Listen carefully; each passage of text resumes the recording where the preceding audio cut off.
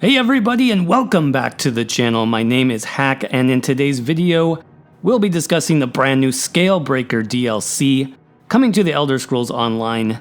So several new pieces of information came out this week about the new DLC both on the Elder Scrolls website and during ESO Live today. I'll have links to both in the description below if you want to see the full details for yourself. In this video though, I'll be discussing some of the major quality of life changes that stood out to me, and we'll also get a sneak peek at some of the new item sets that were revealed during ESO Live. Before we get started, don't forget to subscribe to the channel if you are new, because I do post videos here on YouTube every week, including news updates, guides, and build videos for all playstyles in the Elder Scrolls Online. So there's always something new to check out, and don't forget to crush that like button if you enjoyed today's video. So let's jump right into the website article, which has tons of juicy info. So Scalebreaker is the DLC name, and this is a dungeon DLC, 2 new dungeons, new gear sets, and some pretty cool quality of life updates to the base game. You'll need to buy the DLC or be an ESO Plus member to access the dungeon and the new item sets, but the quality of life changes will be available to all players, which is big. So looking at those dungeons first, we have Moongrave Fane, which features a clan of vampires and even a captured dragon, which I'm assuming will tie into the Elsewhere storyline, because, you know, dragons. Over in Grotwood, there's also the new lair of Marcellach, where another dragon is spreading corruption throughout the forest. And apparently this other dungeon is going to tie into Celine's web. That storyline, because Celine is mentioned here. Both dungeons look great as they were previewed on ESO Live. Again, you can check out the link for that below if you're interested in seeing more. Of course, there are normal, veteran, and veteran hard mode versions of these new dungeons. There's new collectibles, new mementos, new furnishing items, and also new item sets, which we'll get to in a little bit. But I want to talk about quality of life improvements next. These improvements are coming to all players as part of Update 23, whether you buy the DLC or not, so keep that in mind. With this update, we have the addition of multi-crafting. Basically, it seems like you indicate how many times you want to perform a certain crafting action, and it just happens instantly. This works for refining materials, deconstructing, and crafting items as well. This sounds amazing, especially if you play on console without access to any craft add-ons. This is going to be a huge time saver. Definitely something I am looking forward to.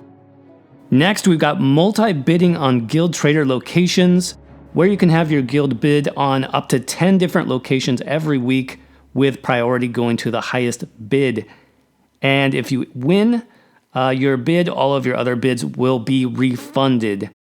So I know this change is a bit controversial right now, as it might favor guilds with the most gold on hand every week. I don't have a lot to say about this personally, as I don't manage any trading guilds. But if you guys have any thoughts or insights on this, definitely let us know in the comments below, and I'd be really interested in hearing what you have to say about this and how you think it'll work in the ESO economy. And then the final major change that we have has to do with how Undaunted keys are going to be handled. Undaunted keys will now have a new currency, which means they'll no longer take up inventory slots, which is awesome. Undaunted shoulders will now also be buyable in specific reward boxes that pull from a smaller set of dungeons. So it seems like the chances of getting the shoulder that you want are going to be greatly improved. You can see the example they gave here. So the Imperial City reward coffer will only have 2 possible monster shoulder sets, either Molokina or Lord Warden. So you have a 50-50 shot at getting those, even though you still have random traits and random weights. It's definitely a big improvement, because now instead of having the full RNG of all the DLC shoulders, you'll now just have 2. So I definitely like this change as well. So then we had ESO Live this week as well, and this provided a few more details on the new dungeons. We got to see what those looked like, how they felt, and a little bit more about the quality of life updates that we just talked about. Throw quick runs through those dungeons, and actually a couple of gear sets were shown, so I want to go over those next because I went ahead and grabbed screenshots of those. So let's start with the monster sets first. Both of these were actually shown, though I don't know if they intended to. One was shown during a crafting showcase of the new multi-craft. But anyway, we have the Marcellus set. 1 piece gives you max stamina, and 2 piece, when you bash an enemy, you spew a cone of corruption, dealing 8,000 disease damage to enemies. Seems like an AoE effect. The damage, though, is increased by 5% for each negative effect the enemy has, up to 150% additional damage with a 7-second cooldown. So another bash set, looks pretty strong. Maybe combined with the Necromancer ultimate, I don't know. Could be a little overpowered. We'll see. And then for our other monster set, we have the Grundwolf set. 1 piece bonus gives us weapon critical and spell critical, so it's going to work for either magicka or stamina builds. Whenever you deal critical damage, restore 1,000 magicka or stamina, whichever max is highest. And you also gain 500 of the other resource with a 5-second cooldown. This to me sounds really great for a lot of builds, PvE and PvP. For sustain, this is going to be pretty nice. I'm thinking specifically of like Magicka Sorcerer, maybe Magicka Nightblade. This looks really good. I definitely want to pick up this one.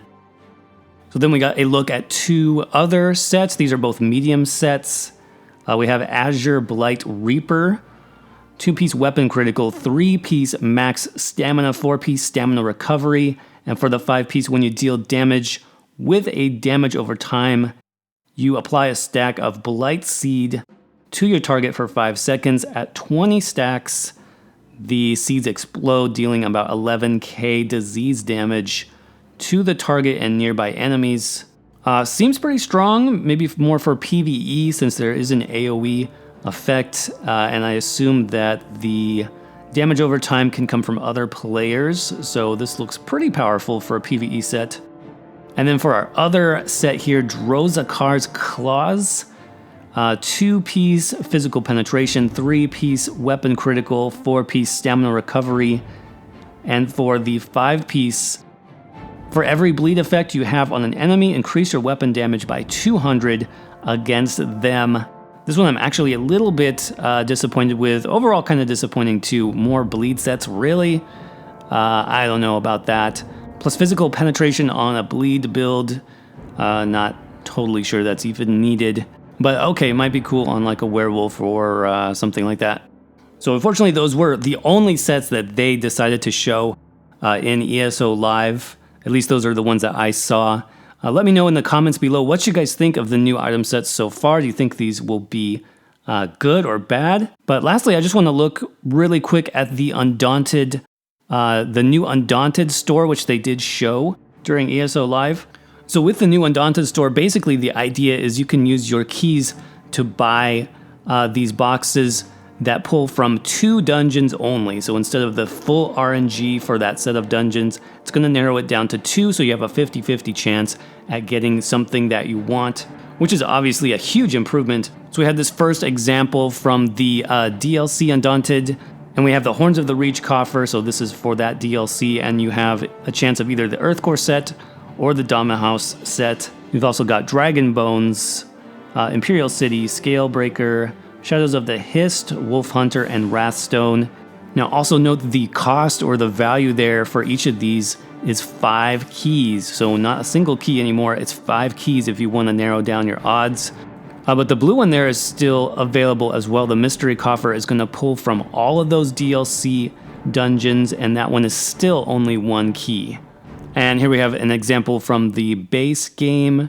So you have like City of Ash coffer that's going to pull from City of Ash 1 and 2, I'd assume. Same thing with Crypt of Hearts. And then I liked how they combined it if there was 2 separate dungeons. So the Frigid Crucible is going to give you a chance at Troll King or the Ice Heart Shoulder. So that basically wraps up what we know so far.